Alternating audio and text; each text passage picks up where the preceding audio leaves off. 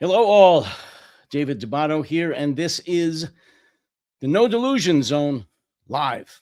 If you're watching it on YouTube, then please become a subscriber. If you're watching it on my Substack, which is protectingtherepublic.com, I encourage you also to be a subscriber. But again, welcome to the live version of the No Delusion Zone on Friday, April 24th, 2026.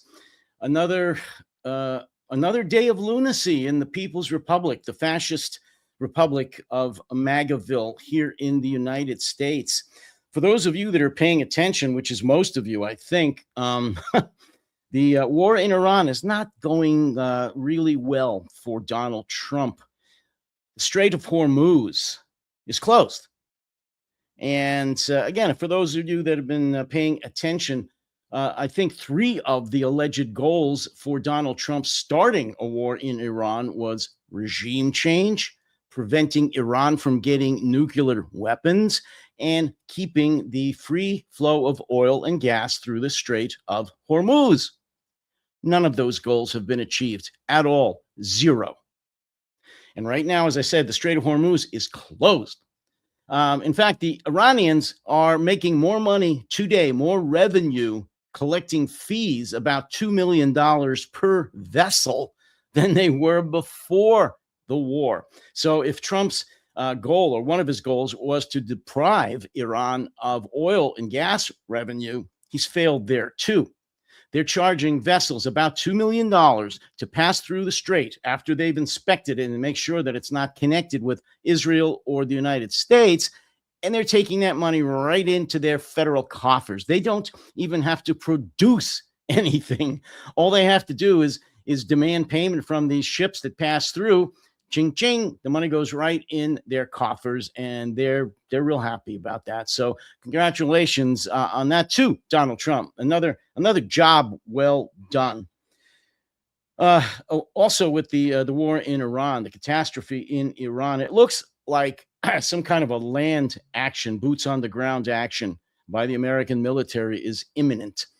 I'm told by some of the people that I know on the inside, as well as just reading any of the news from current and retired military and intelligence experts, that a ground action of some kind by the American military may happen, as early as this weekend, or more possibly next week. Just to follow up on that, about 2,500 additional Marines and a 3rd aircraft carrier strike group led by the, what do we have here? The H.W. Bush. Let me get that on screen here. There we go. The USS George H.W. Bush aircraft carrier and its accompanying strike group is now in theater and ready to strike if given the order. And as I said, some additional 2,500 Marines, and about a week or so ago, about 10,000 additional troops, mostly, I believe, paratroopers from the 82nd Airborne, as well as Special Operations Forces, arrived in theater, which now makes a total of between 50 and 60,000 American troops in the theater of operations, the area of operations, ready to do whatever the lunatic Donald Trump asks them to do. And, you know, one of the many catastrophes that America has done to itself, shot itself in the foot, is the depletion of our precision munitions. Staggeringly expensive precision, technically complicated munitions that we have fired in this insane war against Iran. Let me just put up some short graphics here about that. This was from CNN. And you can read it with me. The U.S. military has burned through its key missile stockpiles in the Iran war. 45% of precision strike missiles used. Half of all THAAD interceptors gone. Patriot missiles down nearly 50%, and 30% of Tomahawk cruise missiles depleted. This is from the Wall Street Journal, not exactly a bastion of liberal progressive thought.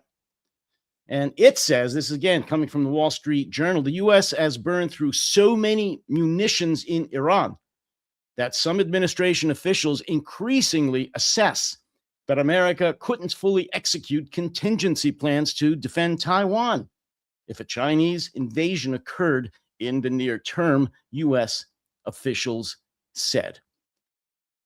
And further, and I'm not going to read all of this, but basically it's talking about how many of our cruise missiles have been used, our Tomahawk cruise missiles specifically, Patriot missiles, and how expensive they are. Patriots specifically, $4 million a pop. More than 1,200 of those have been used.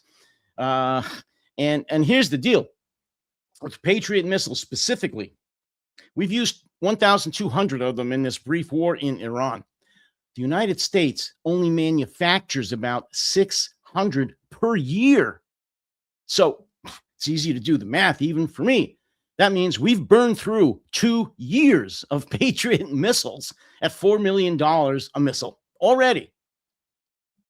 And I don't know how many we have in the stockpile. Hopefully a lot, but it's not unlimited. It's not infinite. And we've already burned through 2 years on what is absolutely, so far, an unsuccessful military mission with no end in sight and, in fact, no goal in sight.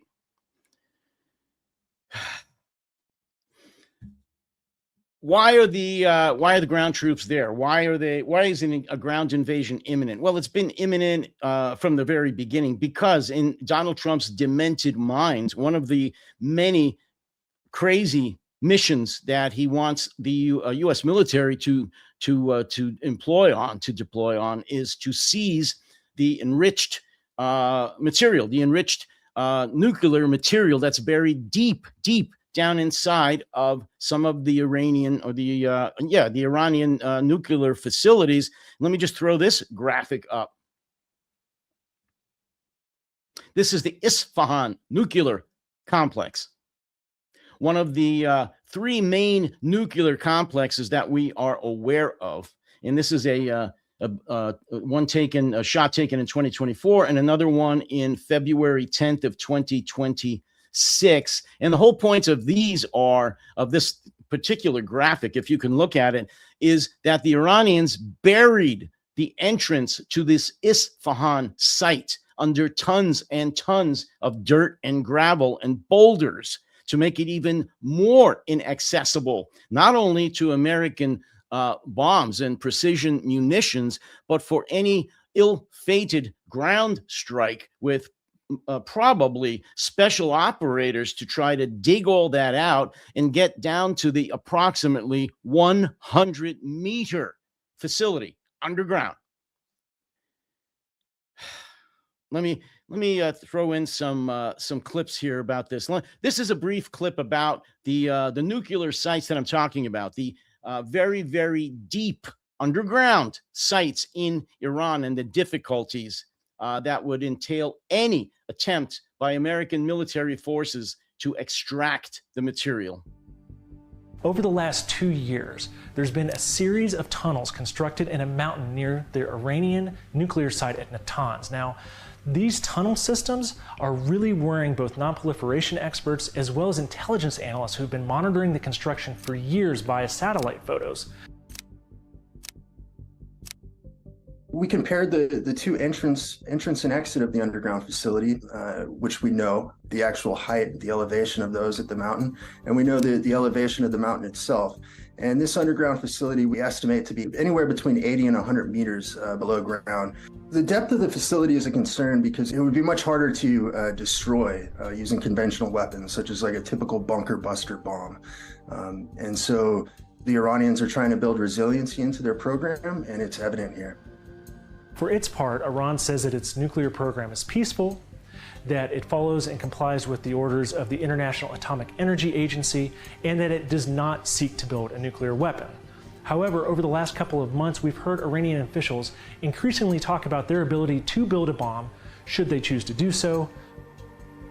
Both America and Israel said they're not going to allow Iran to build a nuclear weapon, and both have been blamed for sabotage attacks on Iran's program in the past. What experts fear is that this new construction could push what's been a shadowy conflict out into the open. Insanity.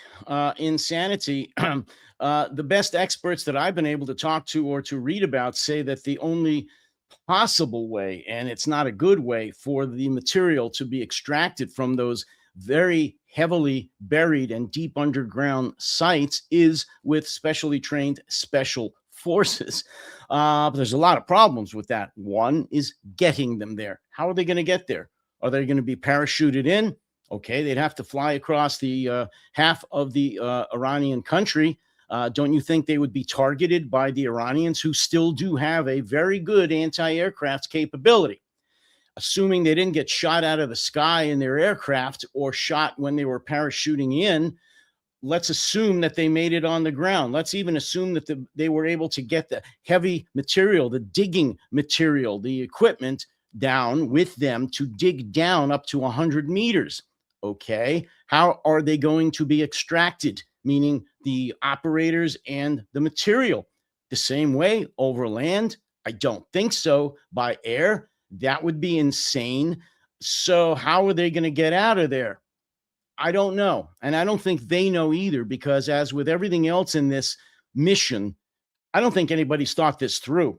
The people who have thought it through, the people who know what they're talking about, the American military, the senior military and intelligence experts do know that that would be an insane mission to try to undertake for the American military. And I am sure that they have voiced that opinion to Trump, Hegseth, and all the other tone-deaf MAGA cult members, and it's fallen on deaf ears.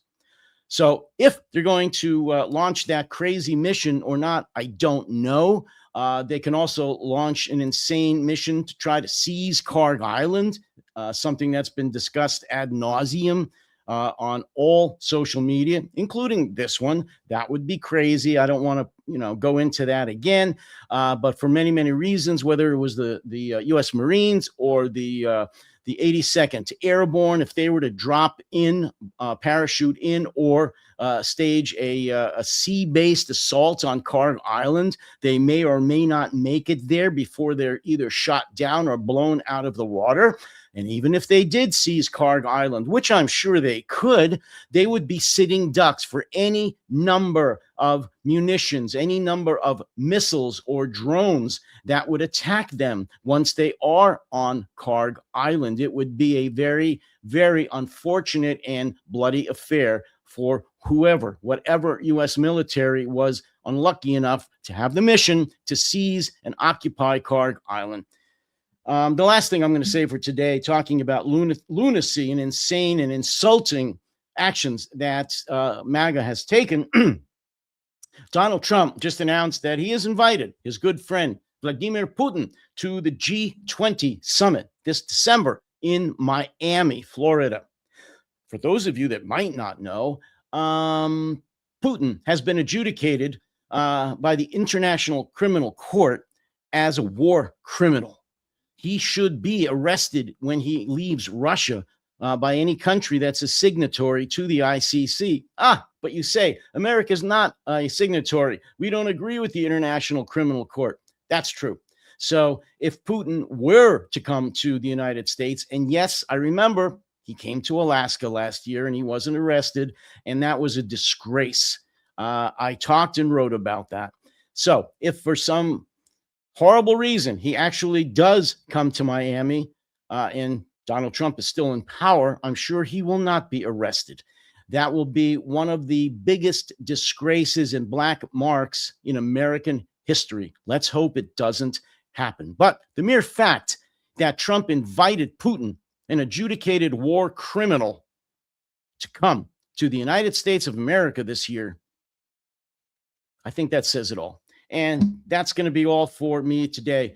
Please let me ask all of you to buy me a coffee. Go to buymeacoffee.com, if you will, buymeacoffee.com/no-delusion-zone and buy me a coffee, or become a monthly subscriber there. And you'll see that when you go there, you can Do a 7-day free trial for $5 a month, or go to the gold level for $20 a month. Or if you're like me and you want to use a QR code, you can use your phone and put it onto this, and that will allow you to make a donation or to become a member, to buy me a coffee, what have you, on buymeacoffee.com. So get your cell phones out, your iPhones or your Androids, whatever.